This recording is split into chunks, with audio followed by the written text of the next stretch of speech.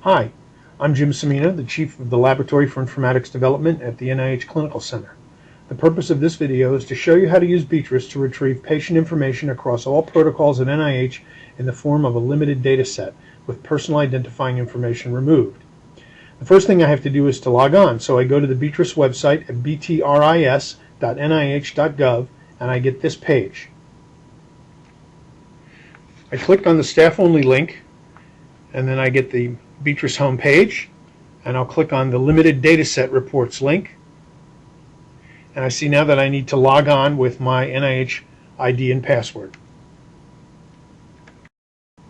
The first thing I see when I enter the application is the BTRIS Data Use Agreement, which I need to read carefully because it will explain all the appropriate uses and limitations on the data.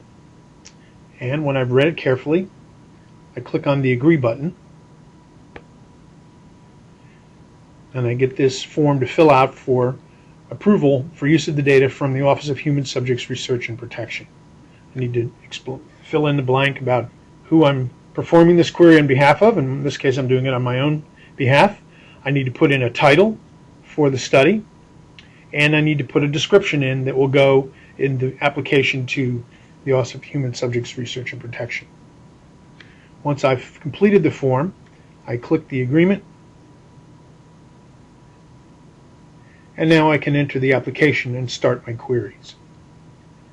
At the upper left-hand corner of the screen, you can see 4 kinds of data we can select, and we'll start with a very simple query with just a diagnosis. I'm going to type in CGD, hit search, and it pulls up our dictionary search tool, the red web search, and I see I found chronic granulomatous disease, which I'm going to select, and we'll add that to my list of selections, and then I'll close this window. And I can see it's also put CGD on the list as a free text search, and I'm also going to add granulomatous. And I'll click on search, and I find some terms there, but I don't want any of those. I'm just going to keep it there as a free text search. So now I have a controlled term from ICD-9, chronic granulomatous disease, and then 2 free text terms, CGD and granulomatous. I can review my query and see that I'm looking for those 3 terms. And then I click Run Query. Wait a little bit. And now I see I have 2 sets of data. On the left, 1,412 subjects for whom some permission may be required. And on the right, 1,188 subjects that do not require any permission. Okay, so now we'll make our query a little bit more complicated. We'll add a second diagnosis panel. So I'll just drag that down here. And I'm going to type in TB and search the red and scroll down so we can see it, and I see I have a number of tuberculosis terms. I'll pick unspecified pulmonary tuberculosis, and I can see I've got both the ICD-9 term and the TB term selected. I'm going to type in now the word tuberculosis, and I can see a somewhat different search result, and I'll pick that term tuberculosis.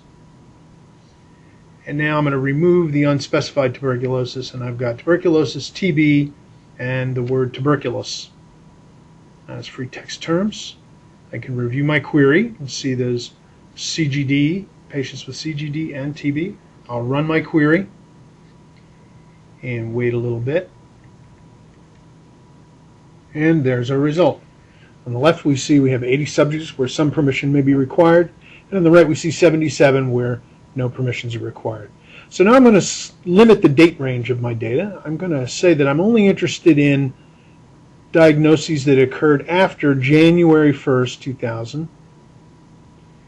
And same with the CGD. I click on after for the diagnosis date, and again change it to 2000.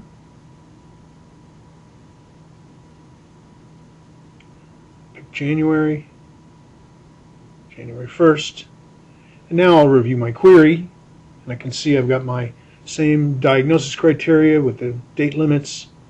I'll run my query, wait a little bit,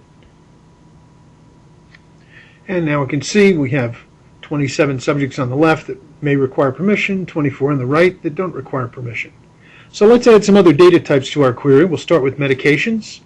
I'm going to type in anti-infective, search the red, we see we have anti-infective agent, so I'm going to select that. And now I'm going to go back up and pick a laboratory panel, lab tests. And I'm going to type in liver, search the red, find liver function test, select that. And now I can go back up, review my query, make sure everything's right.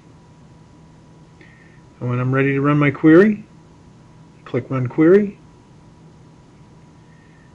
Wait a little bit. And now we can see we have two data sets, one requiring some permission on the left, one with 24 subjects not requiring permission. I'm going to download that set, and I get a little message telling me about when I can expect to receive my data. Click Continue, and now I just have to wait for my data. And that's BTRIS limited data sets. Thanks for your attention.